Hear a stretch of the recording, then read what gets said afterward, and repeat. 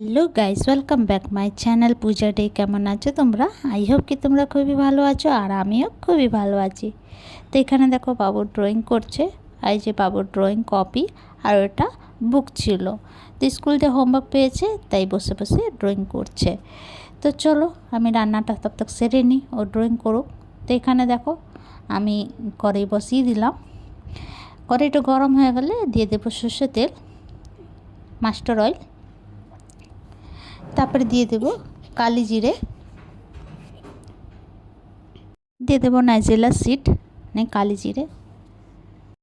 তারপরে একটা বড় সাইজে পেঁয়াজ কেটেছিলাম কুচি কুচি, সেটা দিয়ে দেব, দিয়ে গলিয়ে নেব ভালো করে। তারপর তোমরা যতটুকু স্পাইসি খেতে চাও অতটুকু দিও। তো এখানে দেখো আমি অল্পই দিয়েছি। দিয়ে তো কাঁচা লঙ্কা হচ্ছে, তো দিয়ে দিলাম। তো নাড়াচাড়া করব। তো এটা হচ্ছে তুরই, নেনুয়া, ঘেওড়া, অনেক দেশে অনেকই নাম আছে। তোমাদের দেশে কি কি নাম আছে একটু কমেন্ট করে জানিও।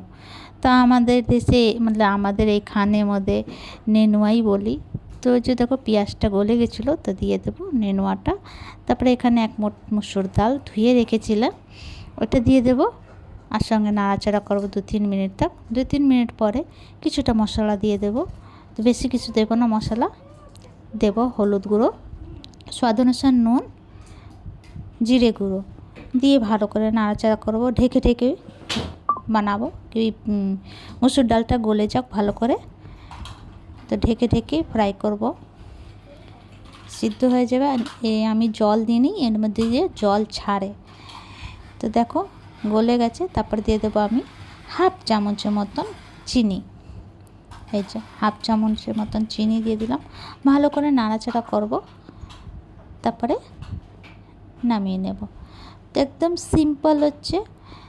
তো এই নেনুয়ার তরকারি যে কোনো পরোটা বা রুটির সঙ্গে খুবই ভালো লাগে খেতে। তো তোমরা একবার বানিয়ে খেও। তো তোমাদেরকে আমার ভিডিওটা কেমন লাগলো, ভালো লাগলে প্লিজ লাইক, শেয়ার, কমেন্ট করো, সাবস্ক্রাইব করে দিও। আবার নতুন ভিডিওর সঙ্গে দেখা হবে। তো তোমরা সবাই ভালো থেকো, সুস্থ থেকো। ভিডিওটা কেমন লাগলো কমেন্ট করে জানিও। তো এখানে পায়েস ছিল, পায়েসে দিয়ে দিলাম। তো চলো ভিডিওটা এখানে শেষ করছি। Bye bye, take care.